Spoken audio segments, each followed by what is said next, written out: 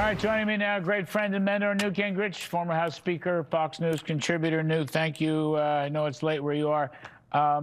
Will the Americans back this? Will the Americans stay the course? You know, $3.50 gasoline. My attitude is, who cares? You're changing the arc of history. You're changing, ending this 47-year war, et cetera, et cetera. Do we have confidence that American folks, particularly the hard-working folks in the middle class, will they back Mr. Trump? Well, I think they'll back him for a little while, but they're not going to back him forever. Look, there are three huge challenges that this administration has tackled. The first is that, and they should have frankly moved on this on day one, they have to keep the Strait of Hormuz open. Yes. I don't care what it costs. If they can't keep it open, this war will in fact be an American defeat before very long, because the entire world, including the American people, will react to the price of oil if the Strait stays closed very long. So I lived through this with Reagan, as you did, in the late 80s. Keeping the Strait open is the #1 job, because it buys you time for the two other jobs. The second job is, we're going to discover that the Revolutionary Guard is tougher than we thought it was, better connected, and have at least 200,000 people who are true believers, and they have no future. I mean, right. Trump can say unconditional surrender. Right. These folks know if they lose power, they have no future. And the third challenge is, how do you arouse and organize the street, the 85 million or so people in Iran who do not want the current regime, but they're unarmed, they're unorganized, and that has to be solved.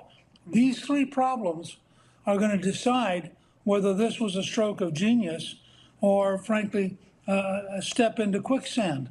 And I think that the president has to focus very hard on solving these three issues.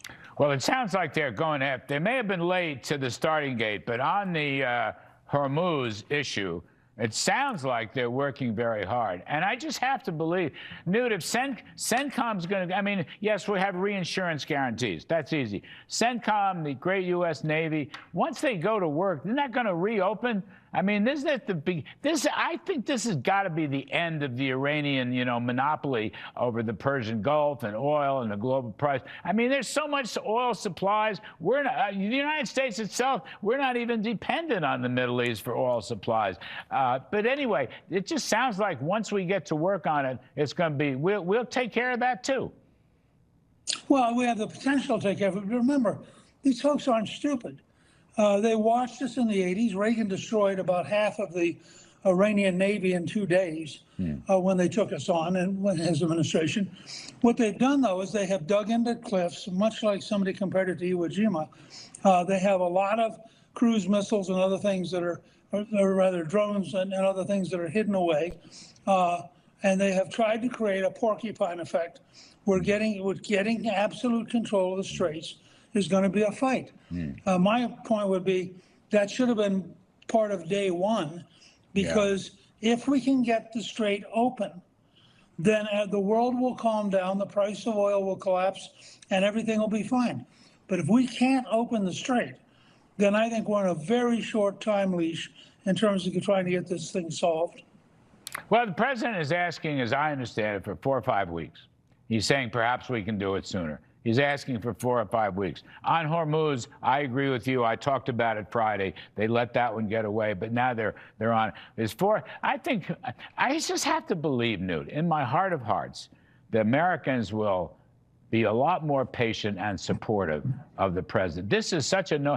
Does anybody like Iran? Is there a constituency here for terrorism and killers and all the rest of it that's gone with Iran's terrorism down through the years? They've even tried to assassinate the president. I mean, that's my hope, that folks just, they want this to succeed, and they're going to give the president a chance to do it. Look, of course they want him to succeed. Most of Americans, I think, 53% currently believe he did the right thing. But remember, you've lived through this. This is a country that lived through Vietnam. It lived through Iraq. It lived through Afghanistan. So the tendency to assume victory is not very deep right now. Yes. The president has a chance. He's got a very smart, I think, chairman of the Joint Chiefs, and I think that they have an opportunity here. But we also should recognize this is a big country. It's got 90 million people.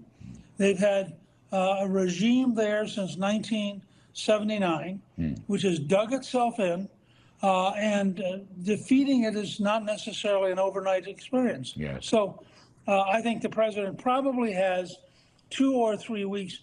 Every day he can hold open the Strait of Hormuz.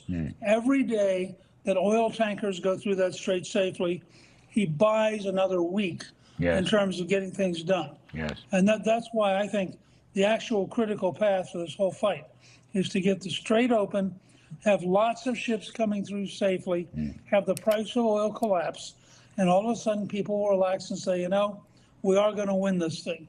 But that I think is the question which has to be answered. Well, listen, I raised it last Friday and again today, so I can't disagree with you. Cannot disagree with Newt Gingrich. I got to jump, Newt. Thank you ever so much. We appreciate it, as always.